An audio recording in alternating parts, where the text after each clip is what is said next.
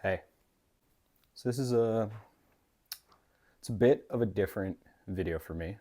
This is a project that I've been so excited for and super grateful to be given the opportunity to do this. We are building a bike packing rig. Not only that, it's a dual purpose bike. It's going to be my trail hardtail and bike packing bike for the foreseeable future, hopefully forever, because this truly is a one of a kind, like fit to me bike.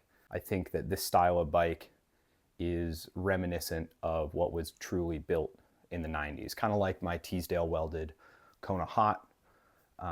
This is in the same vein as that. This is a bike that will last a lifetime. I need to give a huge thank you to Bender himself, the man, for making this project happen, and all of you for watching, because it's a bit of a departure.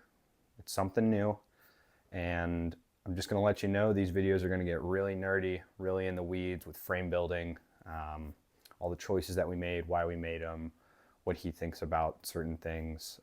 So if you're interested in that, please watch this video series. If you're really not, please watch this video series. Either way, I hope you enjoy. Let's go talk about some custom bikes.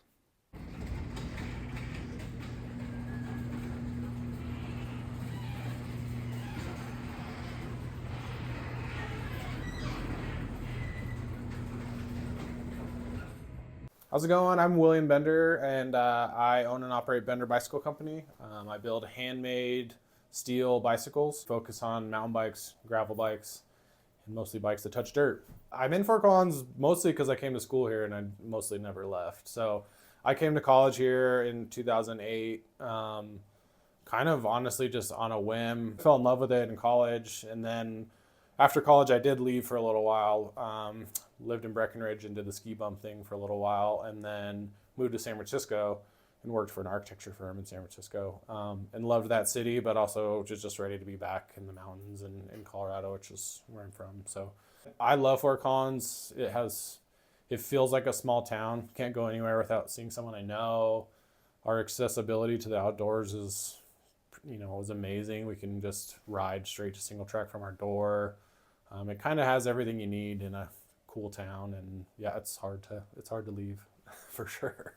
I've always been someone who made things. I grew up with a dad who was always wanted to make stuff or fix stuff rather than buy things, and so I grew up always making things, always working on cars or fixing bikes or whatever it might be. So that was kind of just ingrained in my blood. And then got really into bikes kind of in college, and to make some money on the side, I would just buy old fixed gear or old road bikes, and then I would just flip them and turn them into fixed gears and sell them, and that's kind of how I made some cash. That kind of sparked my interest into bikes, and then that led down the rabbit hole of me realizing that there were people that built bikes by hand, and I started becoming just obsessed with that culture and that craft, but was always just kind of on the outside and a lurker. 2020, I finally bit the bullet and decided to go to a frame building class. So I went to Ashland, Oregon to the UBI class, which is a 2-week frame building class. You build a bike alongside 10 other people. And that was kind of for me an opportunity to see if I'd love it as much as I think I would. And I was hooked. So after that, just came back and started buying tools and equipment. It was the very start of COVID, so my day job has slowed down a ton, and I had a lot more free time, and so I just started giving frame building a full-time go. My initial bikes were just for friends. I threw out an email to some friends and just said, hey, if you pay for the material, I'll build you a bike. So I did that for about 8 friends, and that's kind of where it started. And from there, just started snowballing and kind of started building a little bit more of a following and kept building more bikes. Right now, I only build in steel. I think I'll probably start working in tie at some point, but for me, honestly, steel is just a material that I really love. I think it rides amazing. It has so much forgiveness. It feels so comfortable. And so for me, I'm like, I think tie is a great offering for people, but for now, I just love steel and I love the way it rides. And so that's just kind of what I've stuck to. It's hard to go wrong with a steel bike. Steel is very real.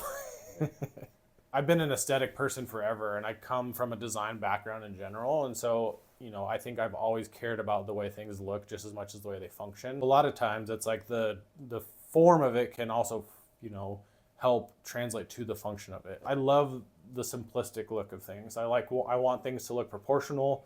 I want things to look, quote unquote right. But I also don't want there to be I want to overdo it. I don't want to do things just for the sake of doing them. I want them to serve a purpose, but I want it to look simple and I want it to look clean. And I think for me, I've always gravitated towards that type of design, whether it's through architecture or fashion or, any kind of craft. I just have always kind of gravitated toward what is simple and like clean. Probably my favorite bike I built was for the first year of the Made Bike Show. I built what I kind of call the Master of None. It's kind of a do-it-all ATB bike. And that one for me was a good kind of exploration into something new.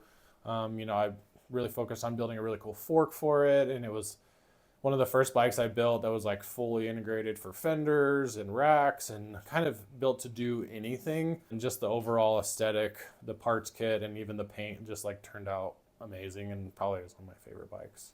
I'd say first off, I think the priority would be just a handmade bike. Like you can't go wrong with a handmade bike. You're gonna get a bike that fits you. I'd say most people don't fit on a normal bike in the reality.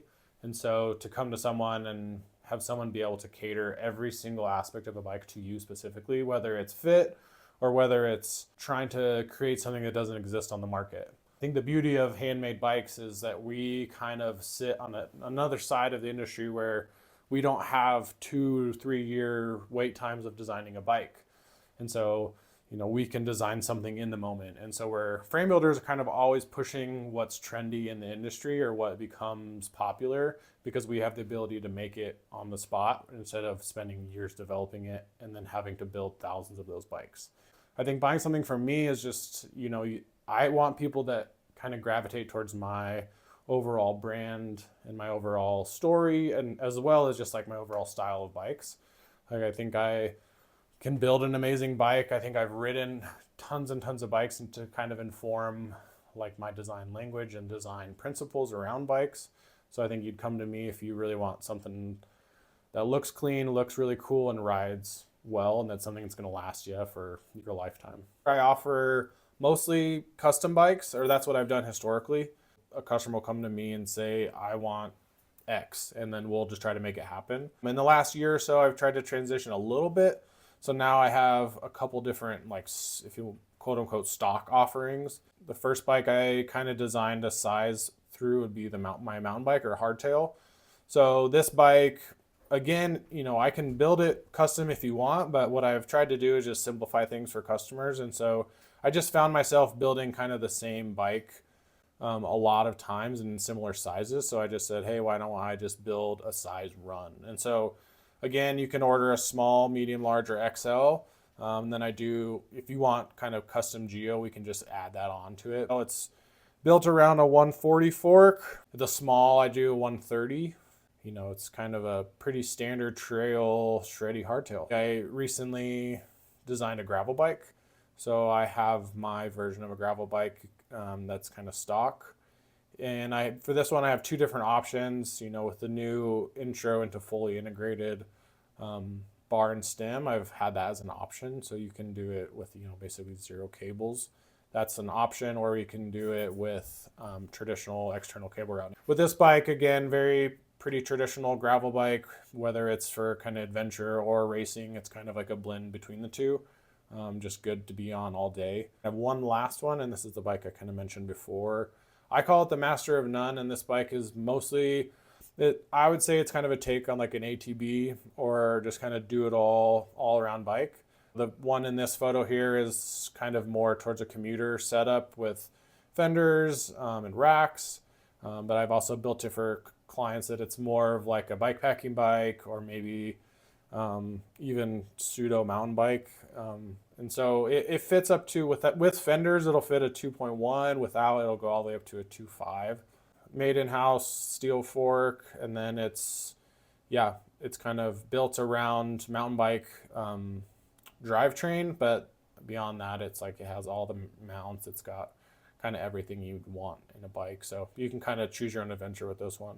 Or if you want something that doesn't exist in those three, we can totally do that as well. An example is last year I built a full pinion belt drive drop bar bike, which is pretty out there and something totally different. And so like we can totally go that route, or we can kind of stick to one of these models. For me, kind of the process to get started with a bike with me is just, we start with either an email or a phone call, jump on and just kind of talk about what you're looking for and make sure that we're a right fit and that kind of we're, talking the same language. From there, it's a deposit to kind of hold your spot in line.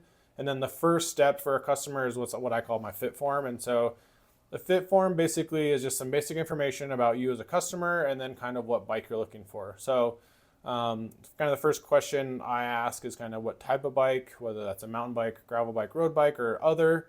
And then we have a drop down here for wheel size. You can kind of specify what wheel you're looking for and the max tire size. And then if you're looking for geared or single speed or both, and then the kind of last one about the simple side of the bike would just be your handlebars if you're looking for a drop bar bike or a flat bar bike.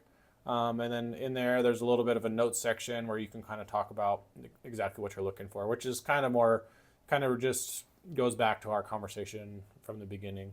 And then I usually ask about kind of your current bike, what you're riding now, and if you have something that's kind of in the same realm of the bike you're looking to buy.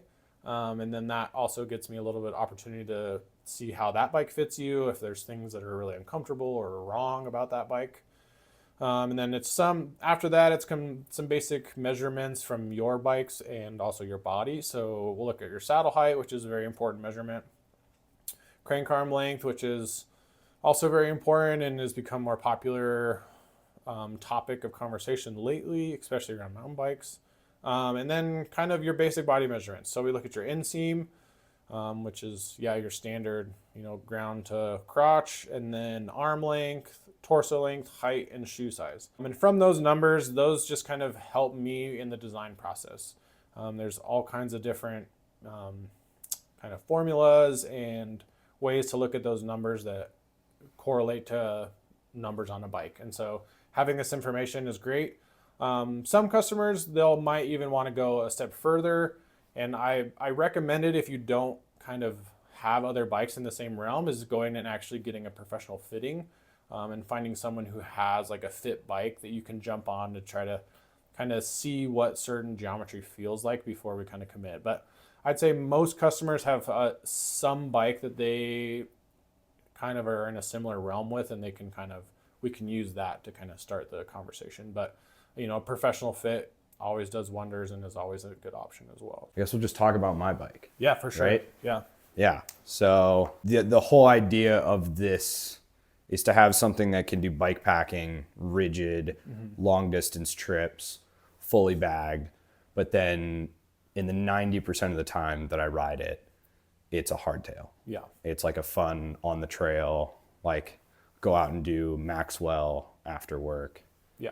And not have to ride like a super inefficient bike. Totally. Yeah. So I think for me, like it all started with, that conversation. And so I'm like, okay, well, I know we're going to build a fork for it. And I know we're going to obviously build a frame, and we're going to have those two things in mind, where it's going to be trail bike as well as bike packing bike. So kind of as far as the bike goes, the first things I want to think about are like how you're going to ride it.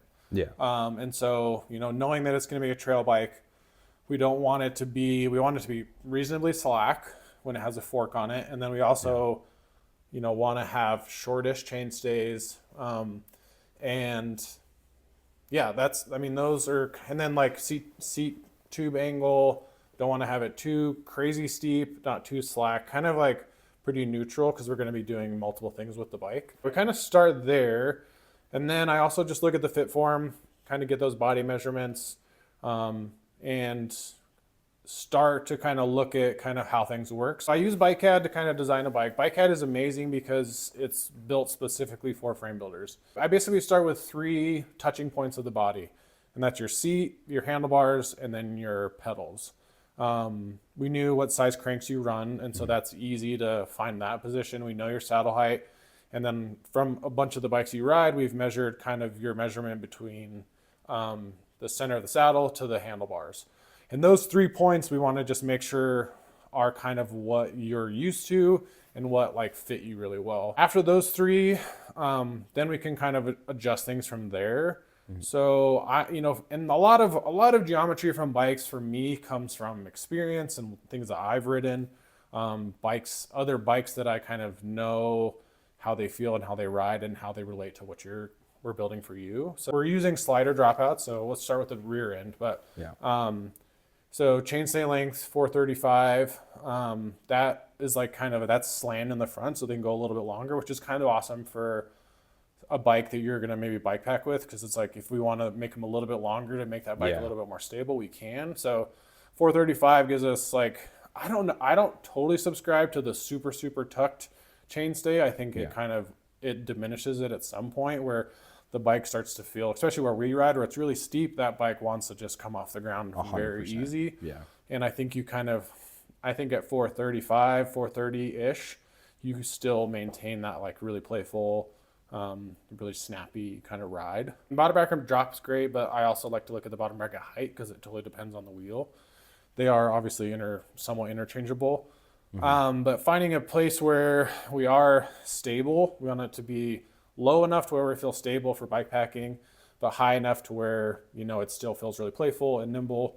And so 68 is kind of, again, that number is mostly informed from bikes I've ridden and bikes that I, have found kind of a sweet spot. And then also we can input the different types of components to where we can just like simulate basically exactly the bike. So in here we have the 180 mil dropper post that we talked about using. We have the bars that we specified, which are Doom bars, a high-rise bar. Specific bend. Bend, and we can find those exact points. And so it's really helpful to put that stuff in because it can completely change the way the bike rides. And then as far as the fork goes, we want to have it be able to swap with a 120 suspension fork. And so, we're basically suspension correcting a rigid fork for that same length as a sagged 120 fork. With this bike, I wanted to find something that was somewhat of a balance, because when we do put the suspension fork in, it will change it just a little bit. I found a spot of like, if we go 76.8, because most bike packing bikes are going to be a little bit steeper, because then they won't feel as kind of wobbly.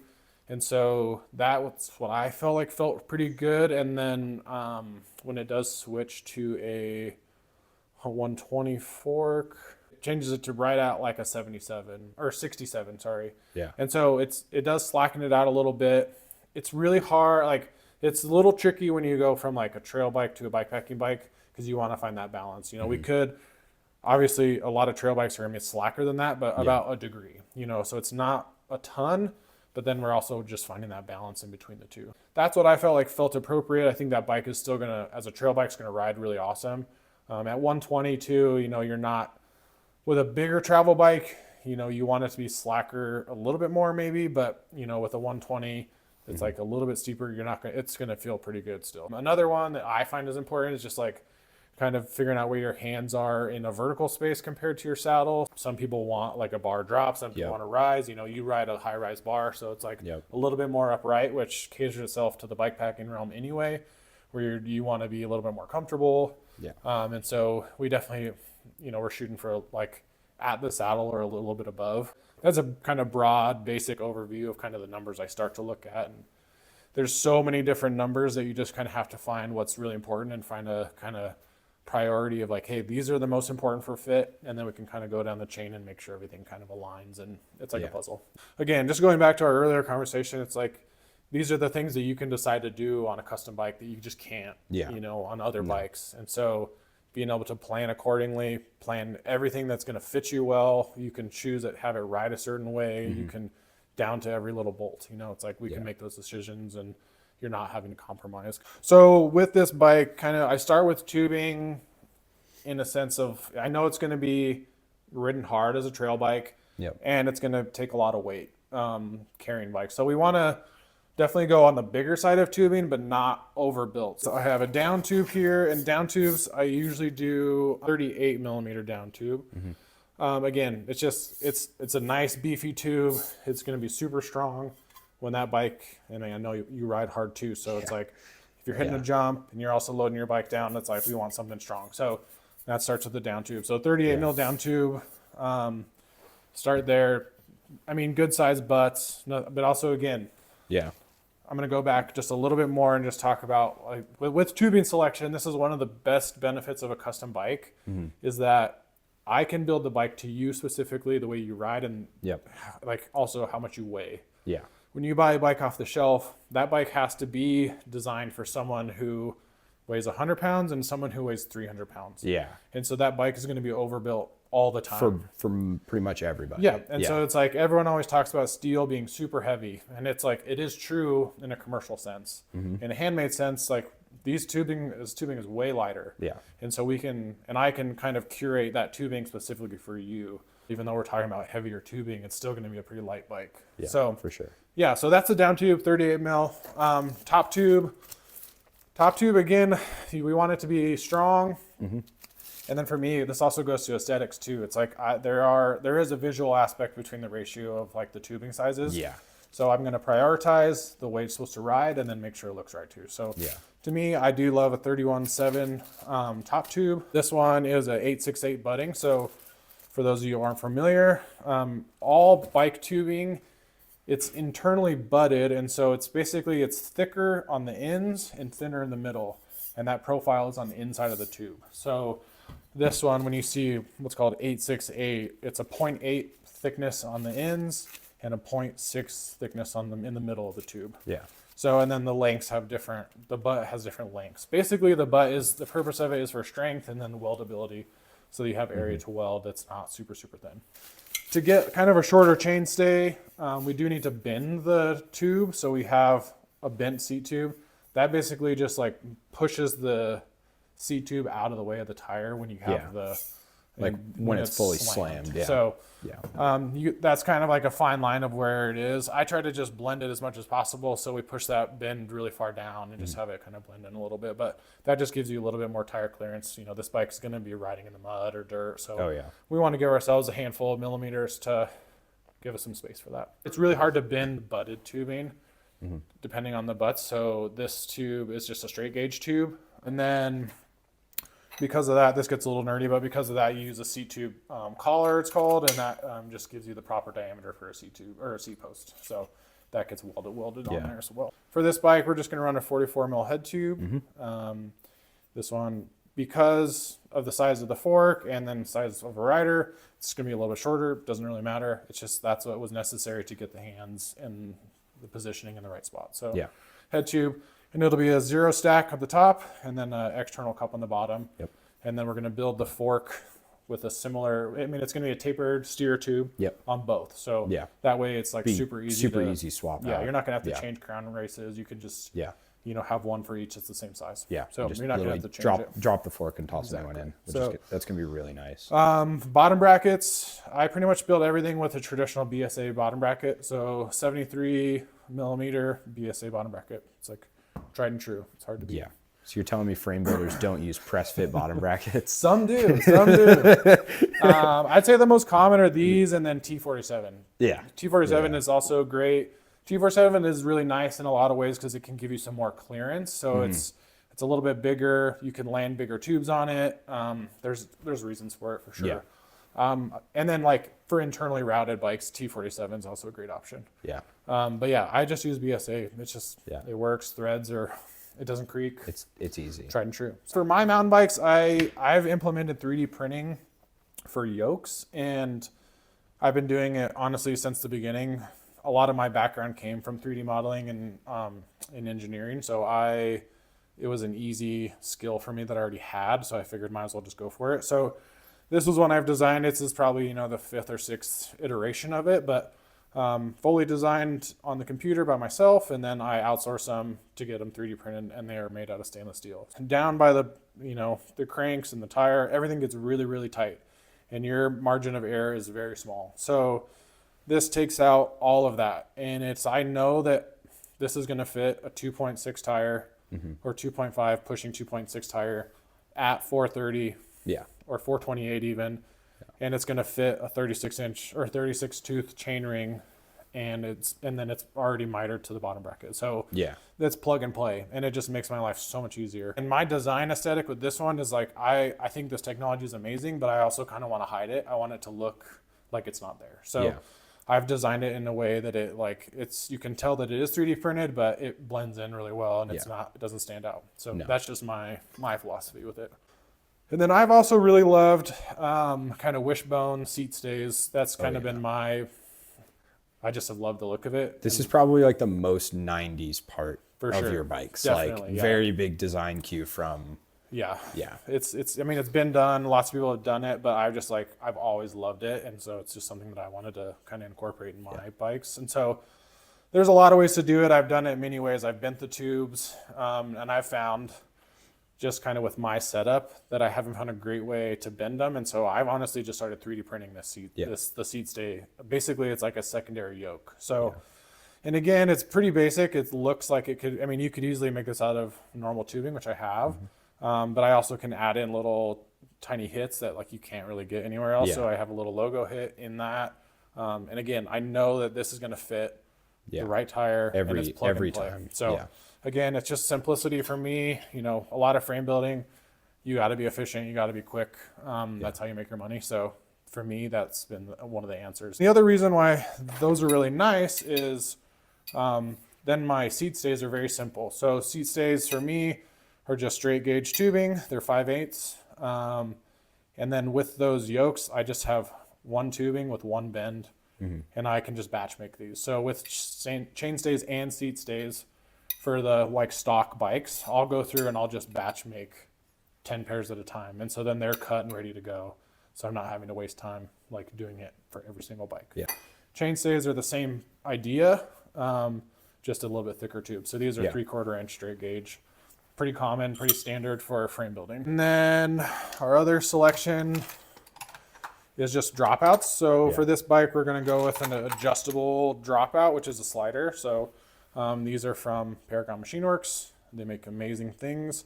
Oh yeah. And yeah, this is great because if you want to run single speed or geared or have them all options, sliders. Or the adjustable chainstay, which is like, it's a double header because I will have this set up single speed.